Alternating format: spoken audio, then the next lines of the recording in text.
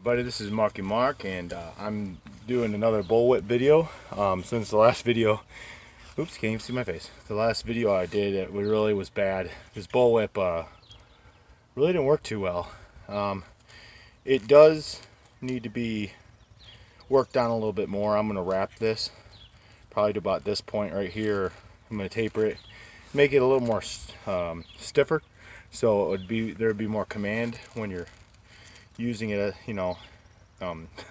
when you're changing the whipping position, so it would, when it rolls out, there'd be more command in the whip. It's really floppy right now, but I made some upgrades to it, and I just thought I'd show y'all how I actually took my second cracker off and put a single cracker on there. With the lead is a paracord and everything, and I tied it. And I sewed it with the sewing, and I also taped it because I didn't want it to come apart with the stress that the whip goes under. But yeah, I actually, with the single cracker, this made a big difference, but the command is just not there. So it's a 13-foot bullwhip, and I just want to show you the progress I've made with it. So here it goes.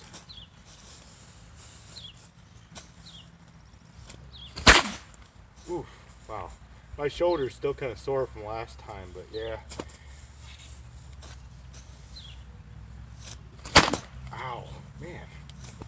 That's not me hit. Okay, I'll show you. I'll tell you what I've done. Last time I was trying way too hard, okay? With the two crackers, I was doing this whipping, and I threw my shoulder out real bad last week. I think it was last week or 2 weeks ago. No, it was last week. But yeah, it really messed my shoulder up. Then the other day I was at my pa's ranch at the range actually.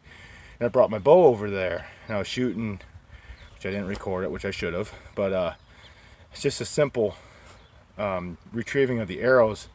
It was a little bit colder out than usual, but for some reason the arrows were really stuck in the target good, and I ended up setting my shoulder again. So one thing I'm going to do in this video here is I'm not going to overdo it. So, and after watching a few bullwhipping videos, it doesn't take a lot of effort. It shouldn't take a lot of effort to get your whip to crack. So it's basically just letting the whip do its thing. Oops, too much effort. That was a good one. Wow. See, I told you it wouldn't be different. But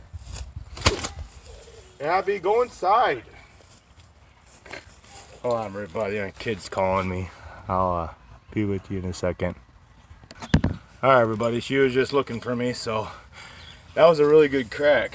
That single cracker actually made all that noise, all that kinetic energy that went through the whip and went to that tip. It actually made that thing sound. It sounded like a 22 at least. But yeah.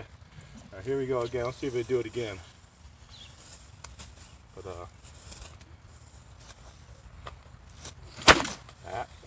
that wasn't good enough.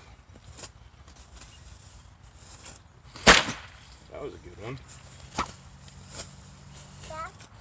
Oop. Ah. You made it? You're making it at the sky. It's going to rain. That was a good one. Woo! Wow, it hit me in the back of the head, but man, was that loud. Here you go. These longer bullwhips also, there's only a few different kind of cracks you can do with them. I learned with the longer ones. You can do the cattleman's crack, which is kind of like fly fishing. And then you can do, what's the other one was called? Well, gosh, cattleman. There's only like two different ones, but if you have a 6-foot whip, you can go around the head easier, and you can do the one where you slice down and it cracks. It's very, very tricky to learn and not hit yourself with this one because it's so big. So I'll do it a few more times, y'all. All right, here we go.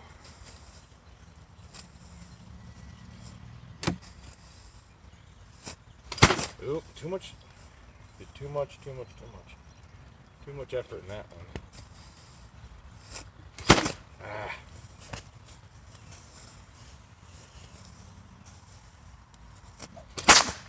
Oh, that's a good crack. It's okay.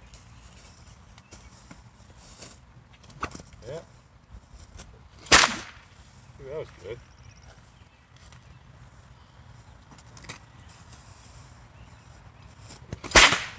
Ooh, boy, was that loud.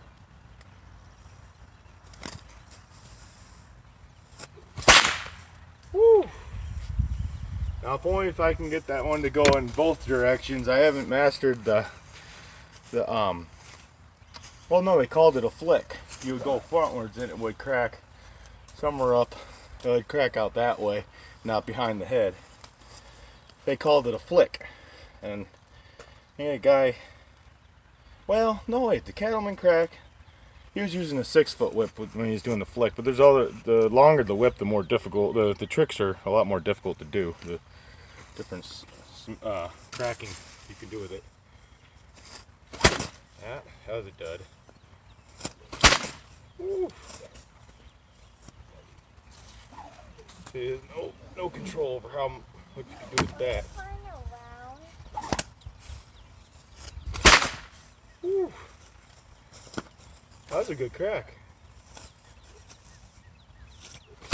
Ah, not good enough.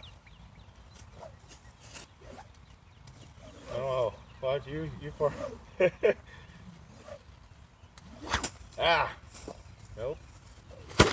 Nope. I don't want to hit myself in the head again. That was embarrassing the last time. Ah. Ah! No. There you go. I have a few more for you.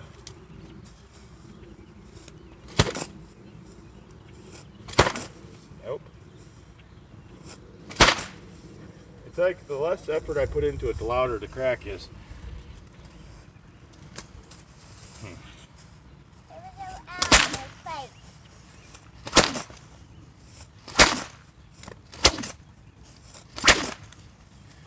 And you see myself, got tied up around me. Ah. Nope.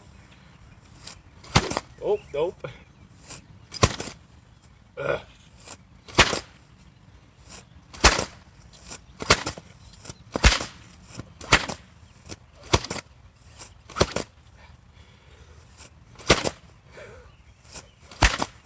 All right, I'm getting tired. Well, you get the point. The one cracker has done the trick, so I'm gonna work on getting this a little stiffer so the belly's stiffer and you can command the whip better. But besides that, obviously there's a big improvement to the power, or not the power, but the sound of the crack. So, hope you all enjoyed watching. This is Mark, backyard bull whipping.